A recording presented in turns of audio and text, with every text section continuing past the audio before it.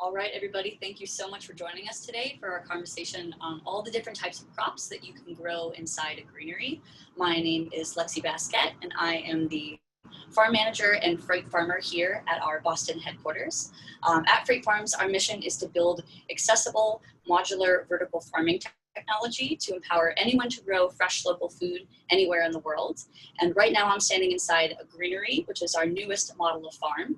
And the greenery is an atmospherically controlled, tech-connected hydroponic farm built entirely inside a 40-foot shipping container. In just 320 square feet, we are able to grow hundreds of varieties of produce, all in the vicinity of where it's being consumed, which drastically shortens the food supply chain to get it there. And so as further proof of that, the farm that I'm standing in currently is actually underneath an overpass in downtown Boston. So just as a heads up, if we hear any sort of outside street noise, just apologies in advance. And some further housekeeping items before we dive in today. I just wanted to let everyone know that this talk is going to be recorded. So just in case you wanted to look back and check in on anything, or if you had any friends who wanted to join us today but aren't able to join at the time, this should be available to watch very soon. And also we're going to have a question and answer section at the end. So if you have any questions during the duration of this talk, please feel free to just add those into the question and answer box at the bottom of your screen. And myself and one of my colleagues will get to it at the end of this talk. So thanks again for tuning in, and let's get into it. So within our farm, we have two growing sections. Right next to me, we have our seedling grow area, and behind us, we have our main grow area. The thing that makes hydroponic farms special from a traditional soil agriculture farm is that in a hydroponic farm, there actually is no soil. So we resolve the structural and nutritional and water needs of a traditional soil farm by using these plugs as our means of growing plants. So this sort of solves the structural reasoning for roots growing, and also for giving the plant something strong to grow out of when it's in the panels. But also the water and the nutrient portion comes from our irrigation systems that irrigate, bringing nutrient-rich water into our seedling space, and also nutrient-rich water into our main grow area. Our seedling station can hold over 4,000 seedlings, and our main grow area, depending on what you're actually growing, can hold upwards of 9,000, 10,000, even more than that plants at any given time. So how much you can actually grow and how much you can harvest on a weekly schedule is dependent on the types of crops that you want to grow and the length of time that you want to leave them in your panels. So that kind of determines how big they're going to be. So for example, if you wanted to grow a 4-week lettuce head, then you would divide your farm into 4 sections, and you would have 1-week lettuce, 2-week lettuce, 3-week lettuce, and 4-week lettuce. And so this is to make sure that you are getting those weekly harvests, that there's always something that is ready to go on a weekly basis. And as soon as you clear out 1/4 of your farm for your 4-week lettuce, you're able to plant back in those new seedlings back into that space, and that sort of becomes your week 1. And so you're able to rotate and constantly have something coming out of that. So we've been experimenting with hundreds of crops over the past 7+ years, and we found a set of particular crops that grow optimally in our vertical growing conditions. And so those are going to be head lettuces, leafy greens, root vegetables, herbs, flowers, like you see behind me, and then some extra special kind of experimental crops like tomatoes and strawberries, which we'll talk about in a little bit. So head lettuces, those are typically going to be something that you would harvest in its entirety out of the panel, but you can also do sort of a trim and regrow style. So that would be something sort of like a spring mix that you might want to make. That definitely reduces a little bit of labor if you're just trimming versus harvesting a plant in its entirety. That reduces labor in terms of saving time on transplanting and saving time on seeding things. So I definitely love to reduce labor as the farm operator here. I think those are really handy tips and tricks for sure. And then also another note about head lettuces, you can grow them to like a miniature head lettuce size. So that's going to be closer on the 3 to 4 weeks in the main grow area size. Or you can grow it to a full head size, and that's going to be kind of 5 to 6 weeks, again, in our main grow area. So depending on the size of lettuce head that you want, that would sort of determine how many that you would be planting within one of our panels, and sort of how long that they would be spending in that panel actually growing. So another thing that I love to grow in here are leafy greens. So some examples of that might be arugula, rainbow chard, kale, and collard greens. I love leafy greens because, again, that's something that's really good at staying in the panel and growing beautiful leaves that you're able to trim every week or every other week. And that definitely helps, again, reduce that labor a whole lot. I can speak from personal experience. I used to run a farm where I had kale and rainbow chard that I had planted about a year ago. And so for an entire year, I was just harvesting leaves off of them. And I was getting these big, massive, beautiful, delicious leaves and not really having to do any other work other than coming and checking on it every couple of weeks. So that's definitely my preferred method of farming. I think you get a lot of bang for your buck growing like that. So that's one of the reasons I like leafy greens a lot. Another note about leafy greens is that in our greenery, we have sort of a new design in that we have these mobile racks behind us. So if you can see the circles on each of these 3 walls behind me, those are actually hand wheels. That actually allows the farmer to be able to adjust the distance from the plants to the light.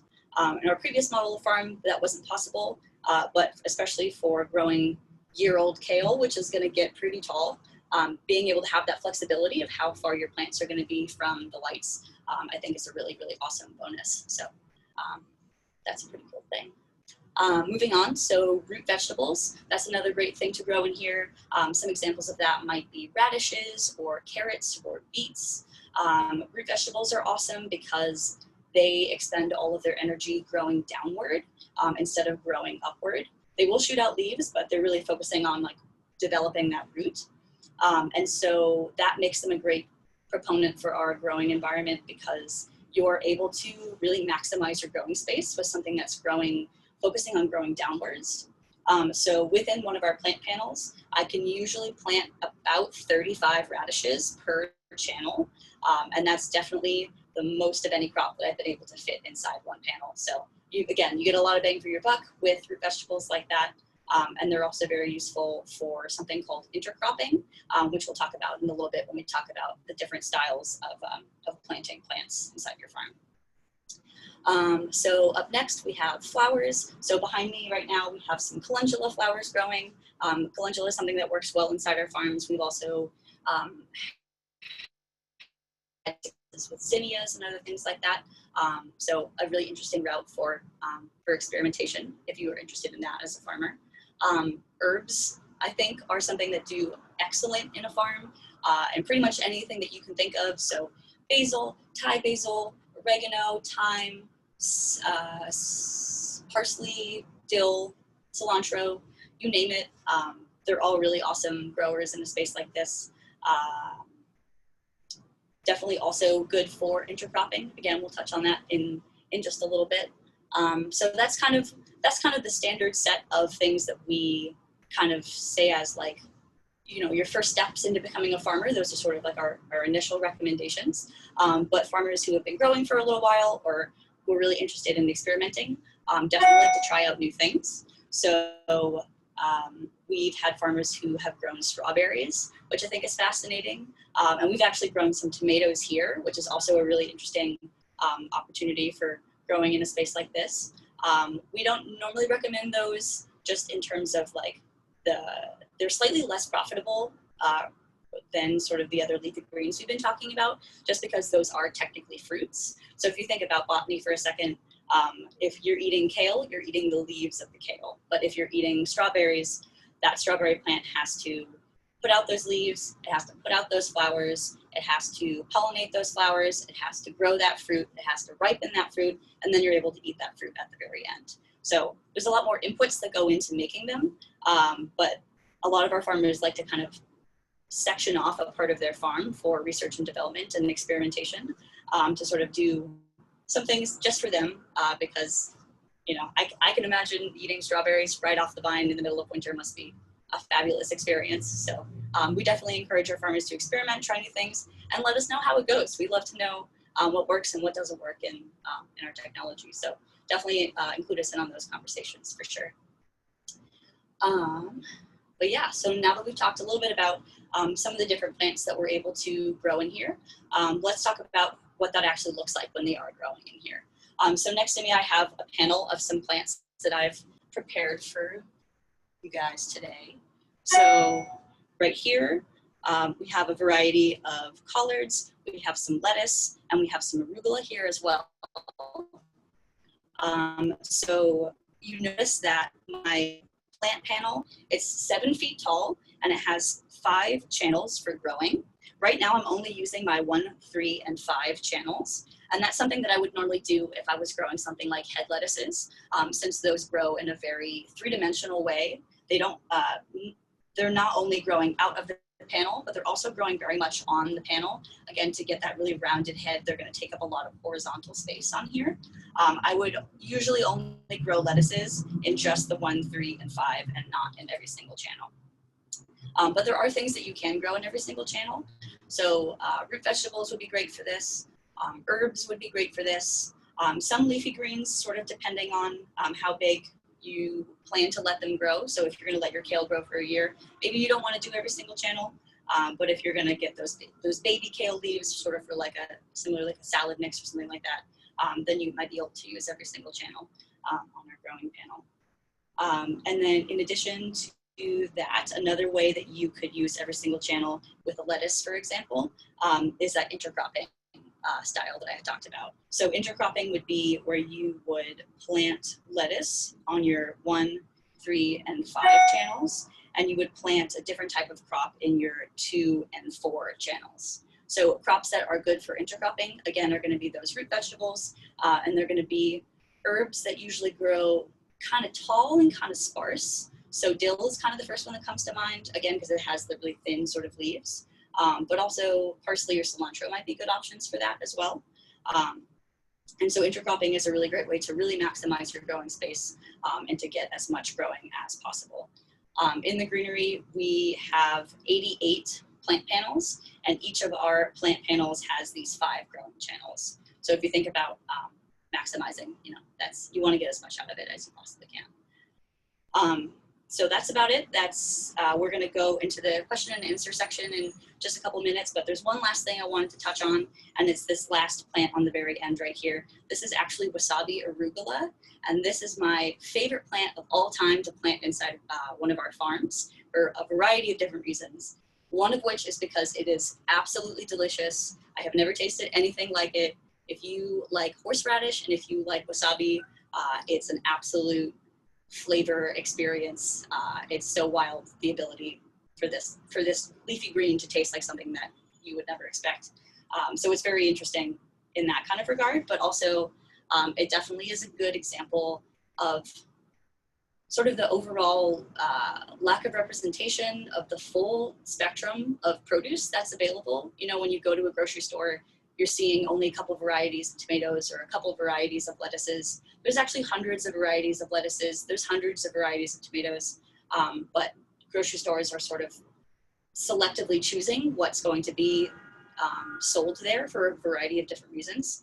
And actually, arugula that's in a grocery store tastes extremely different than arugula that's grown in a field.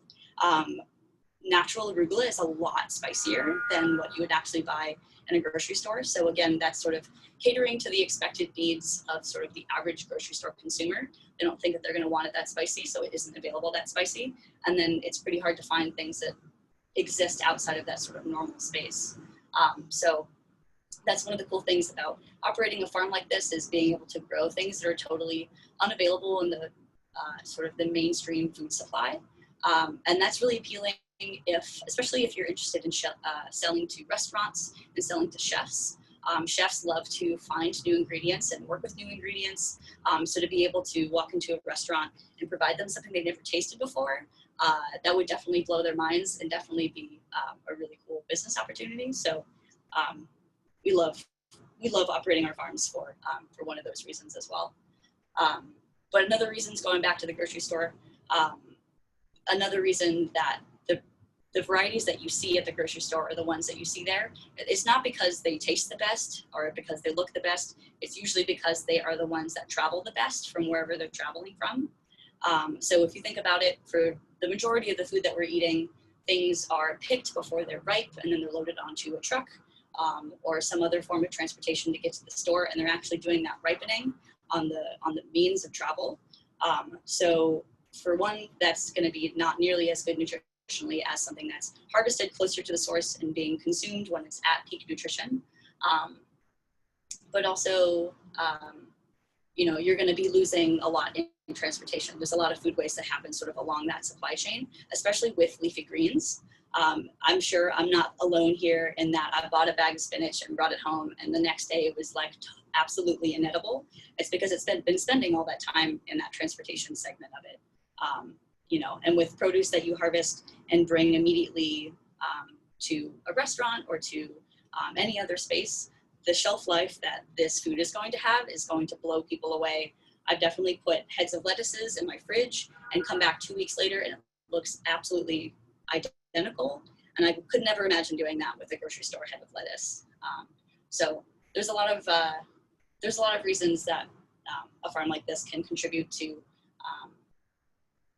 reducing the environmental impact and also promoting optimizing for sort of flavor and nutrition.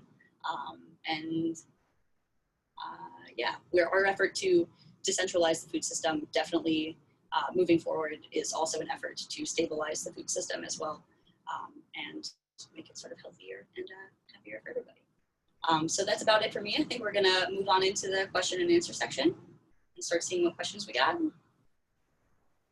Hi, Caroline. Hi, Lexi. That was great. Thank you so much. We've had a lot of questions coming in and they really run the gamut. So I think one of the first things I just want to readdress would be the growing capacity. And someone had a specific question about like a full head lettuce. What is the growing capacity for maybe one panel for a nice full head of like butterhead lettuce, for example? Sure. So if I were to plant one panel of butterhead lettuce and I wanted it to grow to its full size, I would probably put 11 heads of lettuce per channel, and I would use only 3 of my 5 channels. So I'll bring my panel back over here to show again. So I would do 11, 11, and 11. So I would have 33 per panel. And then sort of an added bonus that you can do with head lettuces, again, because they like to grow in a 3-dimensional style, is you can actually stagger them as you plant them in the panel. So you can see that these guys are all sort of in row with each other, but this lettuce is not in row with these 2 arugula right here. If you stagger your plants, you also kind of maximize that growing space as well. Awesome. Yeah, there's a very wide range of the actual number of plant sites based on the type of crop and the size of the crop that you're going to be growing. So it can range from 2,000 plant sites in the main growing area all the way up to just shy of 9,000 plant sites. And you kind of mentioned in the beginning that you stagger each your planting cycle so that you're having a consistent harvest every single week. So maybe the row of panels on the left is at a different stage of maturity than the one right behind it. Certainly, absolutely. So how would you maintain a very food safe environment inside the greenery to prevent any sort of outbreaks or anything like that? Great, that's absolutely a great question. So there's a variety of different food safety sort of protocols that we have available to farmers to use, anywhere from things that are involved in sort of personal safety. So you see I'm wearing a lab coat right now. Normally, if I were working in here, I would be wearing gloves and I would be wearing some sort of hair covering, usually a beanie because it's about 60 degrees in here, so it's on the cooler side. I'm always wearing shoe coverings when I'm inside my farm, and I'm always sanitizing everything I work with. So anything that I touch, usually the seedling table a lot, but also all of my tools as well. So there's lots of daily sort of sanitation practices that we do, but in addition to that, there's sort of integrated pest management stuff. So I'm never going to leave the door open because I don't want things flying into here. Again, this is a controlled environment, so I want to keep as much out as possible, and just sort of doing a specific set of daily kind of monitoring procedures to ensure no pests or disease are going to be here without me knowing about them and addressing them immediately. Great. And another question that kind of spins off of that is is the greenery able to get any type of certifications for the produce, like GAP certification?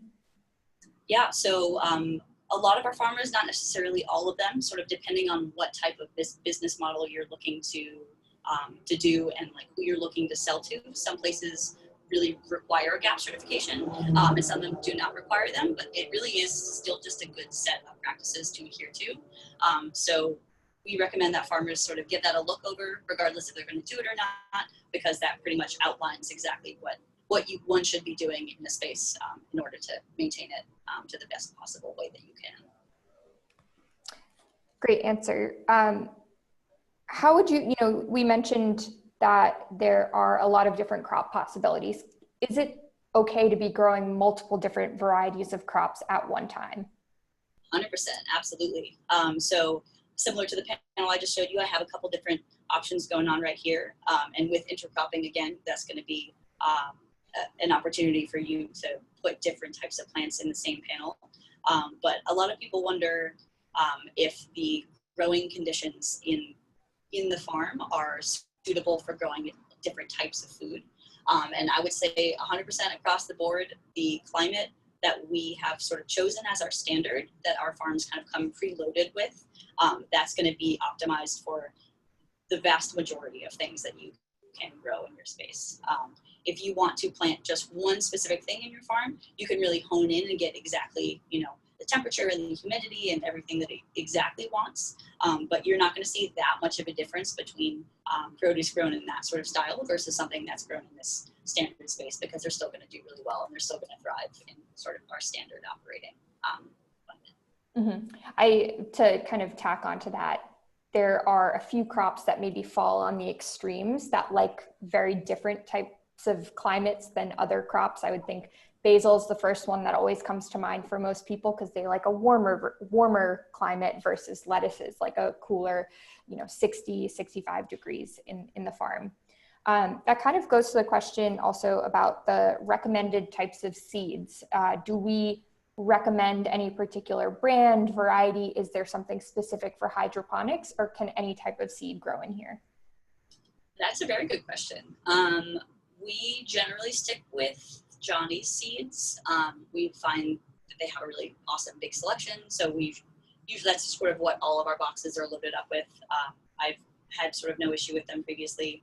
I like Johnny seeds because they have a couple different so they have a downy mildew preventative strain of basil, which I think is really interesting. So it's supposedly a seed for basil that's going to prevent disease from coming into your farm. So that's a really interesting thing. I don't think we've tried that out, but I'm definitely interested in that. And they also do pelleted seeds, which maybe is standard sort of across the board, but I think is super, super useful. I definitely love the pelleted seeds. Pelleted seeds are basically for crops that produce really, really small seeds. So like lettuce, I think basil as well, they do a pelleted version for. It basically has just like a big kind of encapsulated kind of like egg around it, so that you're not handling teeny tiny individual ones. You can actually like hold them in your hand and work a lot easier with them. And so from just like a labor perspective, it's a lot easier to work with something that's a little bit bigger than really teeny tiny movements. So there's nothing like trying to fill a 288 cell tray with teeny tiny seeds. Yeah, I like the pelleted seeds a lot more, but you can always use like a little set of farm tweezers to make sure that you're being super precise. So next question, how do we manage the nutrients? So what type of nutrients do we provide? What is in that? And are you using the same type of nutrient for all the different crops that you're growing in there? Totally. That's a great question. I can actually show you an example of the nutrients that we do use in our farm. So like we said before, the nutrients are part of the water supply that is being irrigated to both our main and our seedling areas. Our nutrients they come in a water format, and they are part of our dosing system. You can actually see a little bit of it right here, but we have some tanks on the other side that you actually just load the liquid nutrients in. And then our automated sensors are going to be constantly reading the data and checking to see if the nutrients are low at any given point in time. If they are low, it's going to trigger the farm to dose that to go back to the appropriate level. We don't use different nutrients sort of for different plants, again, the nutrients that we're using are pretty good, like standardized base level. It's going to fulfill all of those plants' basic needs. It's going to give you that nitrogen, phosphorus, potassium. It's going to give you that calcium, magnesium, sulfur. And I'll show you what we use right here. It's called Freight Max. So right there, and it's got the NPK values right here. We actually use a two-piece or a two-part nutrient dosing system. So there's a part A and a part B. We actually keep those separated because I'm not exactly sure what ingredient within it forms a solid, but when they're put in the same environment, they will form a solid. And obviously, we want to avoid that with our irrigation lines, so they'll dose separately and be able to mix appropriately. But I think that's another benefit to growing a lot of different things in one sort of farm, is that maybe you'll find that different plants are sort of taking more of one nutrient sort of out of that space. And if you have a diversity of crops within your farm, it's going to be keeping it a sort of more of a consistent overall space. Awesome. Question going off of nutrients. It's more of an organic question. So can we use organic nutrients inside the farm? Can this produce be certified organic? I think we can tag team this one, Lexi, too, because I at least have some perspective from our farming community. I don't know if you want to answer like the nutrient specific question. Totally. Yeah, I can speak to the nutrient specific one, but in terms of classification, that's something maybe you know a little bit more about. I have not read this bottle in detail to see if it says organic listed anywhere on there. I'm going to guess that it does not. I do know that there's a company that we received samples from in the past, and they make a hydroponic organic nutrient supply. I think they actually come in a powdered format though, so that doesn't necessarily work for our system. We're definitely always on the hunt for, new and improved sort of means of, delivering the best possible produce from our farmers to the world. So if you find anything, we're all ears, please let us know. But yeah, I'm curious what you think about the organic. Yeah, I would say with this question in particular, to go off of what you just said, the hydroponic industry specifically is always evolving, and especially now, I think we'll see a little bit more products in the organic hydroponic nutrient space start to evolve over the next few years. But I do think it's a little bit limited, at least for the ones that we can use in our system. And that's because of the actual texture is not the right word, but the way it would flow through our systems. But that's not to say that you cannot use organic hydroponic nutrients in the system. I do believe we've actually had a farmer get certified organic. So on the flip side of that is seeing our farmers not exactly see a need to get certified organic because they're able to relay the complete transparency to their end consumer about the operations in the farm, what type of seeds they're using. It's about to be daytime in the farm, so the lights are turning on. It's 5 o'clock on the East Coast.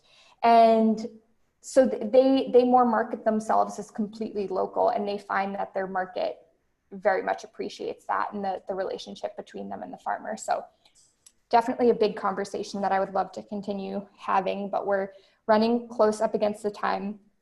One question that I saw come in, which I think you can provide some great perspective of, what is it like working in the farm all day? Like, do you get claustrophobic, or do you like working with the plants, or what's your experience like? Totally. I love that question. I feel like people don't ask that question enough, but for people who are interested in becoming farmers, I feel like it's super important to actually know what sort of the day-to-day experience is like on the farmer's end. And I absolutely love it. Right now in Boston, it's like 96 degrees outside. It is 60 degrees in here. I'm wearing a coat. I'm having a great time. We have a speaker system in here. You can see for both of these right here. So you can play music in here. I listen to podcasts kind of all day. I think it's a very therapeutic space to work, to be able to engage with plants all the time. And it's nice that within sort of your day, you're accomplishing sort of like sets of tasks. And so you'll come in and you kind of get that instant gratification of being able to kind of check stuff off and get sort of into the routines of doing things. So like I'll harvest for a bit, and then I'll transplant for a bit, and then I'll seed for a bit, and then I'll clean for a bit. And sort of each of those has a bit of a repetitive notion to it that's very, like I said, very kind of meditative and very therapeutic. So it's definitely very enjoyable. I love it. Great. Thank you, Lexi. And thank you to everyone that was tuning in. You had great questions. We'll follow up with the recording after, but we do have a couple upcoming events that I will plug if you want to get more into the tech side of things. We do a monthly farm tour with our lead industrial designer, Derek, and that's coming up on August 20th. That's a Thursday. And then if you really want more information on the journey to becoming a freight farmer, we're hosting a much longer event. It's actually like 2.5 hours on August 14th. That's going to be our digital discovery day. And you'll hear from a lot of members of our team, from our client services team to our business development team. And you'll get to speak to another greenery customer that's operating in Raleigh, North Carolina. And we will follow up with those after the event, along with the recording as well. So thank you, Lexi, again, and thank you to all of our listeners. Thank you, guys. Have a great rest of your day.